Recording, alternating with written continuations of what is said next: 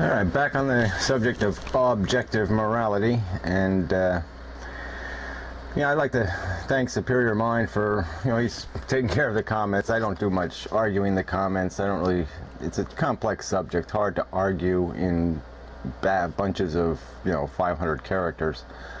But anyway, most people seem to be getting it, but there's still this reluctance to make a distinction between the common morality, the common ethics we live by, what we would define as socially unacceptable, the kind of thievery or violation of individual sanctity that may not be of consequence in a universal sense, but is of consequence if everybody is allowed that liberty. If everybody has the right to do it, if everybody can do it, then civilization falls apart. That morality is very different, very dependent on circumstances, very circumstantial. I mean, it's a requirement of civility. It's a requirement of civilization. It's the way we can live with each other. It is to have rules, rule of law. And then there's this objective morality that's very different. I guess the two of them do blend. And that's the real question, is how much of this, if we could find this objective morality, how much can we impose of it? Because we're never going to be 100% confident of it. I can't say never, but it's unlikely that we're ever going to have certainty, complete 100% certainty. And so there's like questions. That's why I sort of raised these issues. I mean, by an objective morality sense, there could be some suffering, incoherent patient, and I could decide that it would be morally appropriate to put them out of their misery. If it was an animal, most people would agree with me. Great job, good thing to do, the right thing to do. But let's say it is a person, and it's a person that hasn't made a living will and there's no definition of, no definition one way or the other, no definition saying don't ever do this to me, don't ever euthanize me, and no statement saying please do. And so then the question becomes, the moral question from an objective point of view is merely the acknowledgement of the suffering. From a social point of view, there has to be respect for the individual's wishes. And there are individuals in our society who would impose a higher standard and say we have to live up to what God says should be done, and they'll attempt to impose that on other people. But I would say the social contract shouldn't go any further than respecting a competent person's wishes. And in the case where there is no expressed wish, then you have to find some other authority to take responsibility, and then it becomes a social issue. And if society says no, then you have to respect that no. That respect for the rule of law really has to exist. We really, in spite of our contempt for laws, we have to respect them. So anyway, getting back to the important point, which is the objective part, because ultimately that's the game. And I have to go back to the maze analogy. We can objectively model our existence. We can objectively view it from a point of view where we're no longer a player, where we're attempting to eliminate ourselves from the game and just view the game for what it is. So in a model, you try to create representations that don't have any connection to yourself. And so yes, let's view ourselves as rats. It's the connection is just that we are needful beasts. We have needs, and that we are chasing. And it doesn't matter what we're chasing. The point is it's a chase. So let's just call it cheese. Let's just analogize cheese to a variety of the needs, things we think we need, whether it be a wife or a Maserati or a big house or whatever we think we need. And the fact that we have to compete with the other rats to get our cheese, and the fact that we have to compete with the structure of the maze, the walls that nature and society puts in the way between us and the cheese that we are desiring. And that's the game. And so we can objectively look at that game and we can make value judgments about how it functions, how efficient it is, how much cheese gets consumed per you know, destroyed rat, or used up rat, or exploited rat, or dissatisfied rat.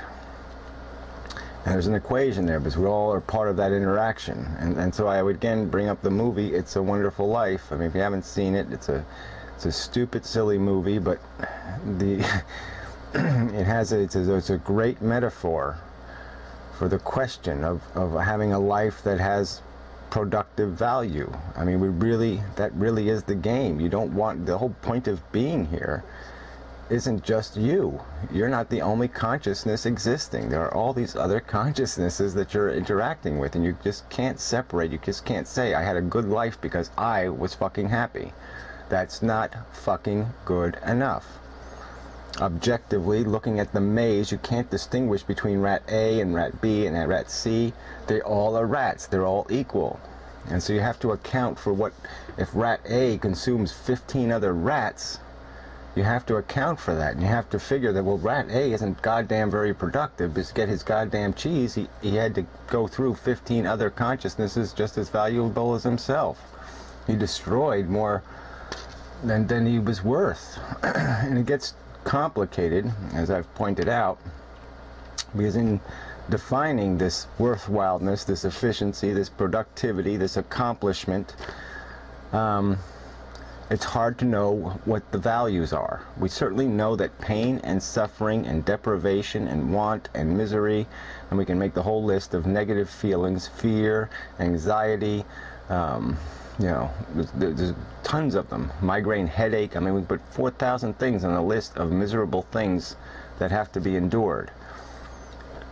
And so we know of that negative. We don't know what its absolute value is. We just know it exists as a negative. And then trying to find a positive that compensates for it is the real trick.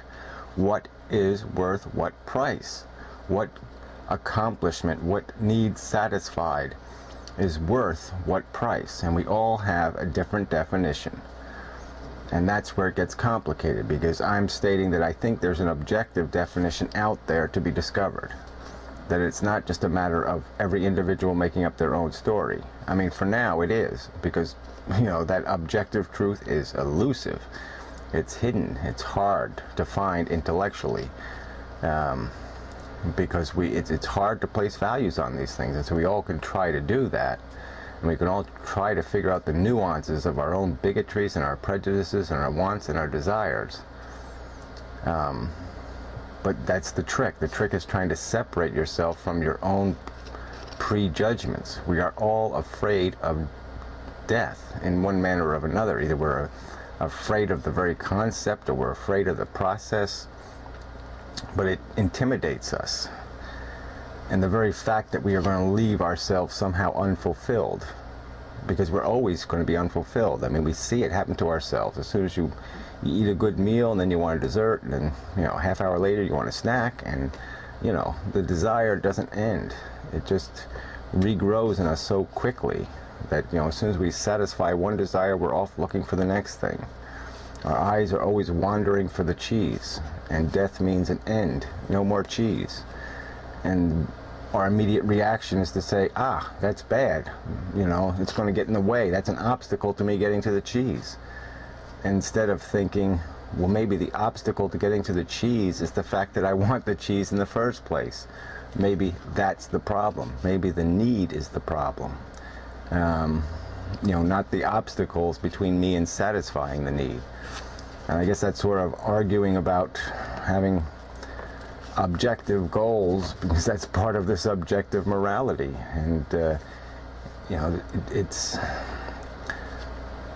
a complex equation, and so I don't, you know, I can't be arrogant and say, okay, I've got it all figured out. I think I have an equation. I think my equation is clean of personal prejudice. But I can't be confident. I can't be sure. And but there are things I do know. And what I do know is that Suffering is a real thing. It exists in the universe. Life on Earth has cost a tremendous amount. To get to where we are, human life, 4 billion years of animals, horrible carnage, horrible high price. A price we may never be able to compensate for. We may never be able to do anything productive enough to ever compensate for that price. But we're here. The price has already been paid. We can't undo what has already been paid. What I'm certain we can do is we can be as productive as possible. We can compensate for as much of that price as possible, not add to it. We can do something to compensate for it. And that's objectively a morally good thing.